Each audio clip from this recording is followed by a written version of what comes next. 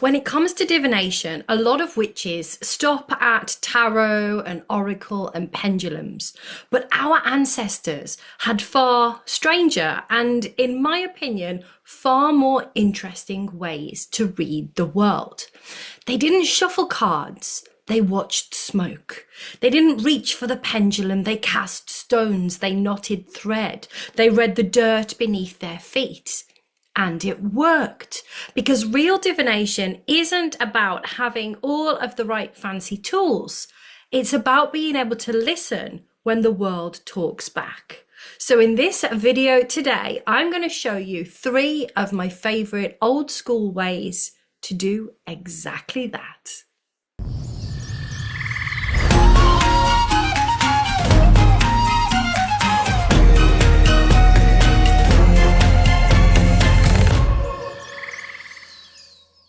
Hey wild ones, I am Emma Louise Dyson, earth medicine woman and shamanic witch, and the founder of Wild and Untamed. And here on this channel, we explore witchcraft that is real, that is embodied, and that is really woven through the rhythms of the seasons and the changing of the wheel of the year. So if you love witchcraft that lives in your bones rather than on your bookshelf, make sure that you do subscribe and of course hit that notification bell, because I share new videos every week as well as loads of shorts as well. So welcome. Let's get started. Today I'm going to be talking a bit about divination that you may not have heard of. There are hundreds of ways that witches, seers, wise people have spoken with spirit over time. But the 3 that I'm going to be sharing with you in today's video have always stood out to me because they are raw, they are elemental, and you don't need anything fancy.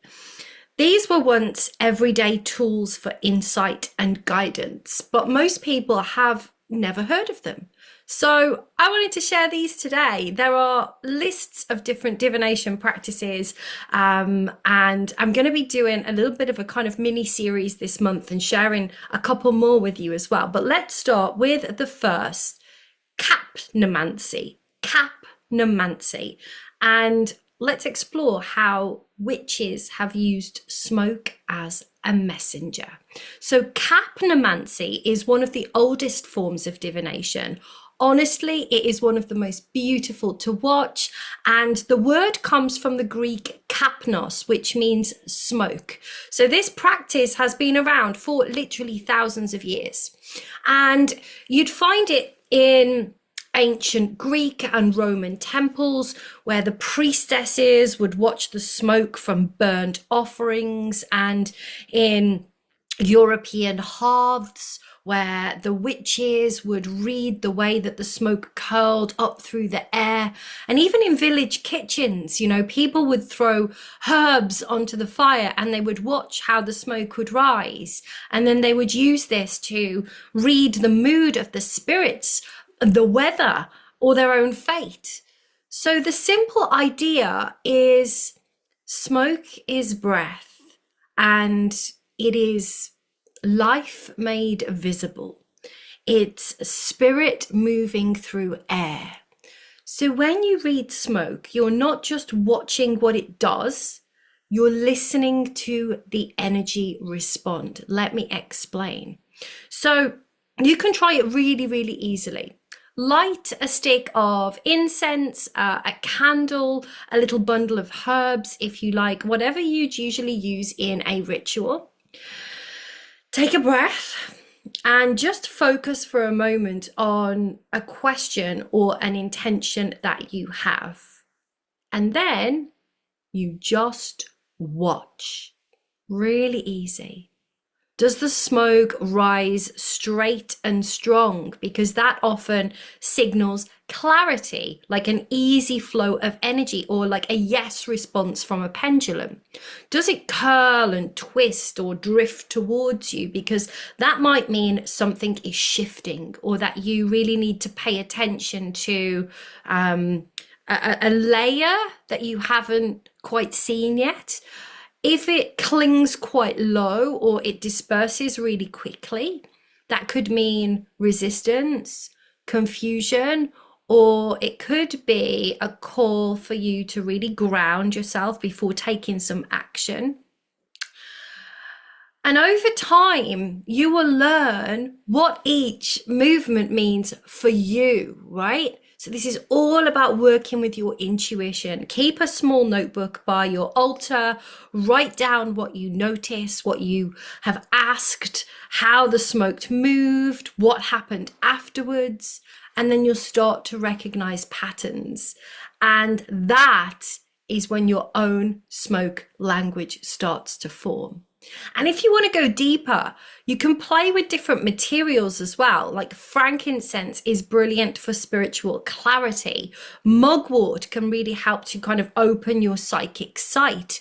Rosemary clears our energy. Yarrow brings truth, right? She doesn't mess around. So each plant also then adds its own voice to the reading. And what I love most about Capnomancy is how quiet it is, right? It's not like loud or dramatic or anything like that. It's really intimate. And it really asks us to slow down and to kind of breathe with the element of air and to notice the world moving right in front of us.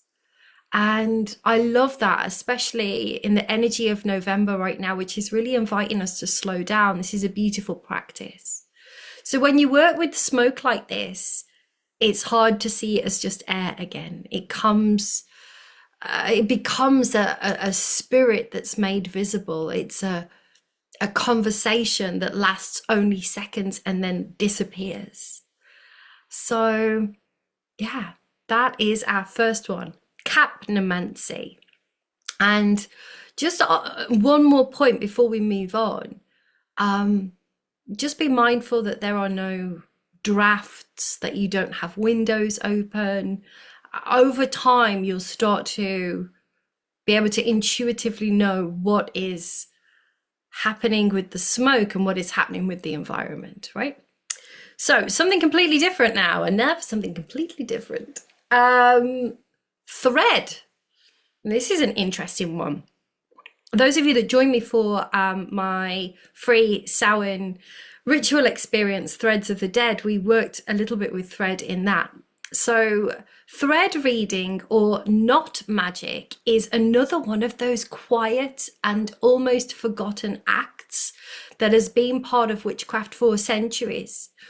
It's found in old European folk magic, and versions of this appear in cultures all over the world because weaving and binding and knotting have always carried power.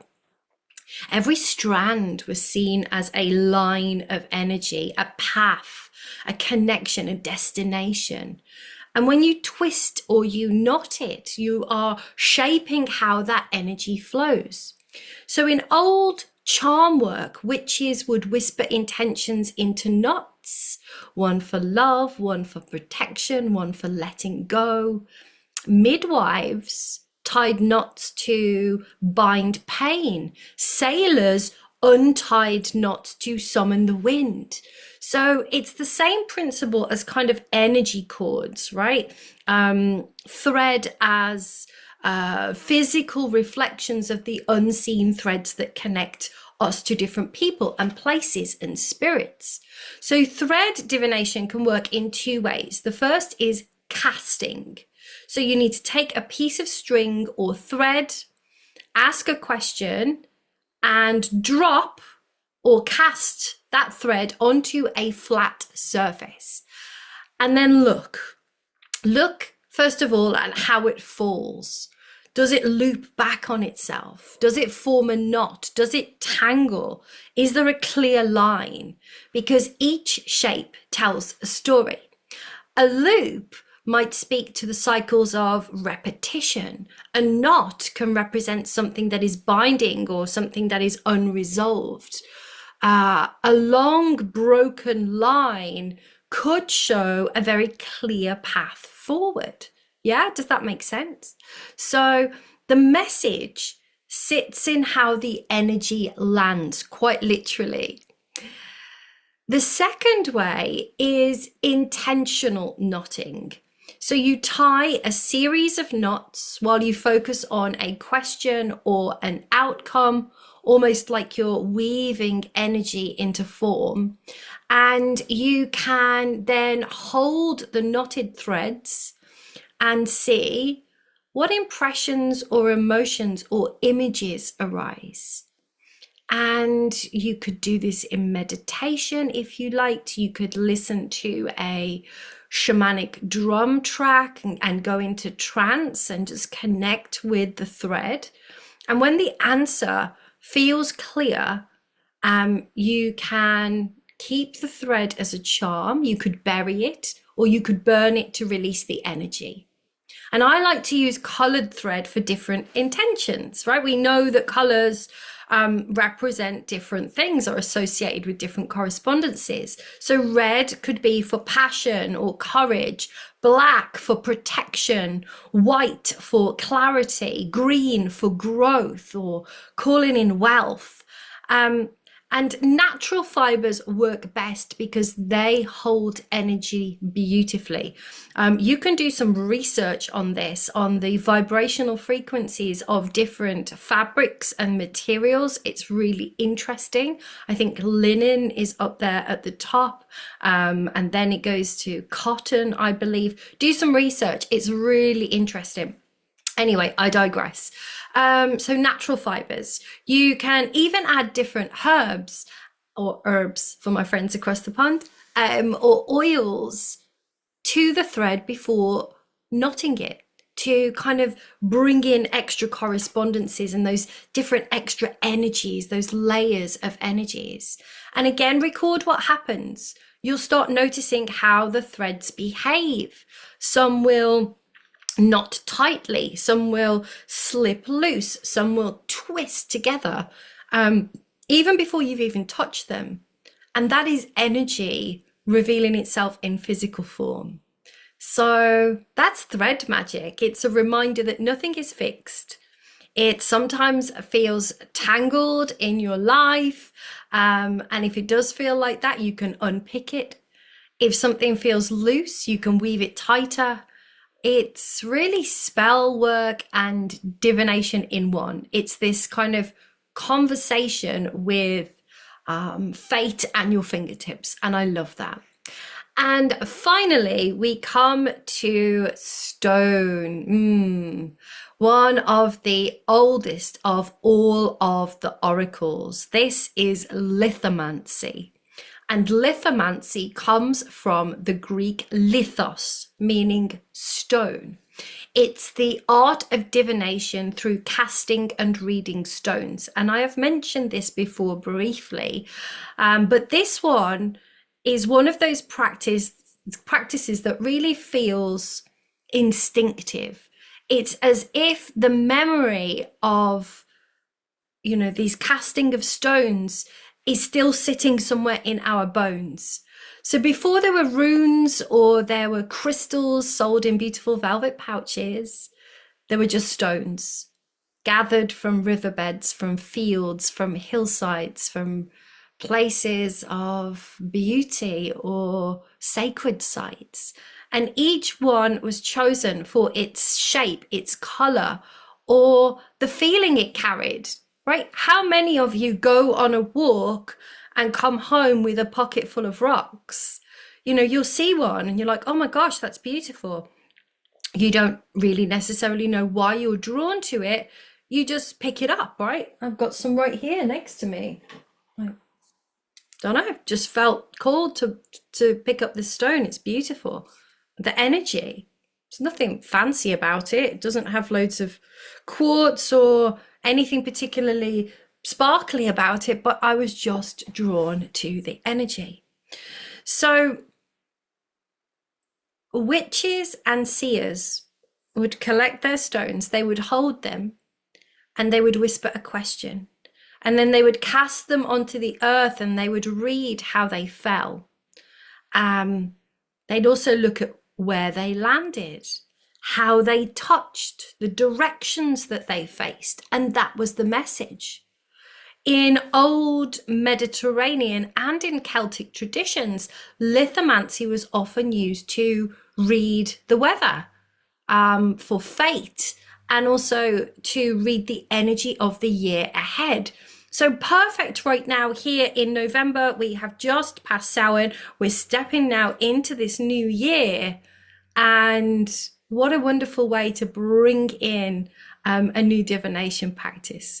But when it comes to lithomancy, its roots are way older than language. You know, stone is really the first storyteller. It is millions, some of it billions of years old. It's forged in the planet's body. And when we work with it, you are listening to the Earth's memory. So try this for yourself. Start small, gather a small set of stones or crystals, maybe 7, maybe 13, whatever feels right to you. And you can choose them intuitively. You can assign meanings to them, maybe one for love, one for health, one for work, one for spirit, one for shadow, one for clarity, one for transformation. Like, you get to create these with your own messages. And then hold a question in your mind and take a breath, and then cast them either onto a cloth or onto the ground. And notice where they land, which ones cluster, which ones stand alone, which ones face towards you, which ones face away from you. That pattern that you see there is the message. And you can also keep a dedicated casting cloth that is marked with a circle or the 4 elements. So you've got kind of a map. If a stone lands maybe in the direction of fire, it might speak to you taking action or desire. If it lands in water, it could be about emotion or intuition. And over time, you'll start to build your own language of stone. And what's important, again, is the relationship that you build with your set, because these aren't just objects, right? They are allies. So handle them often. Sleep with them under your pillow if you can. Just be mindful, you know, rocks are hard. Take them outside, let them touch the ground again. And when they feel heavy or quiet, you can cleanse them with smoke or sound. And when they buzz, they're ready to speak. So lithomancy changes the way that you see the world. You stop looking at crystals as these like pretty tools, and you start to recognize that everything is solid. Every pebble, every rock, every mountain is alive and is responsive. And you begin to like feel the hum beneath your feet. The way that the stone holds truth without needing any words. And that, for me, that's the real power of this work. Like, it roots you so deeply in the physical world that even spirit starts to feel more tangible. So there we go, folks. Those are 3 of my favorite old school forms of divination that we've covered today. Capnomancy, thread reading, and lithomancy. 3 ways our ancestors listened to the world without cards and pendulums. And yeah, I just absolutely love looking at these. And what ties them all together really is presence. Each one speaks to you to slow down, right? To pay attention, to really treat the world itself as an oracle, because it is. The smoke, the stone, the thread, they're all alive. And I absolutely love that. So if this has stirred something in you and you want to explore divination on a deeper, more embodied level, I've created a whole collection of resources that can guide you. So first of all, entry level is the Divination Bundle. So this includes my Divination Grimoire ebook set. It is a set of 5 different ebooks that can really help you to connect with your divination practice, from working with pendulums to cards, all kinds of stuff. Then we have the Divination Portal. So this is a a series of activations, shamanic journeys, and meditations. And one of the journeys is beautiful. It helps to open up all of your clairs, you know, your claircognizance, your clairvoyance, your clairsentience, so that you can connect with spirit more easily. There's also a journey for you to really connect with a divination tool. So whether that's one that we've discussed today, or a deck of cards, or a pendulum, it's going to help you to really activate and to really connect with your divination tools. Then I have a mini course which is called Divination Magick, and this covers loads of different divination practices, runes, cards, tarot, some of the unusual ones that we've covered today, and more, some really unusual forms of divination. So they are the 3 offerings that I have if you want to explore deeper.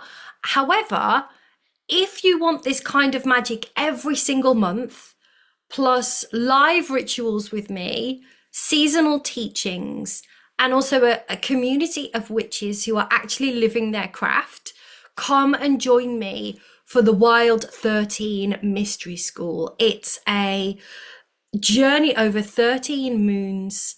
It's a monthly membership. You are gonna, it's for those of us that are really done with learning about witchcraft and we actually want to start living it like day to day.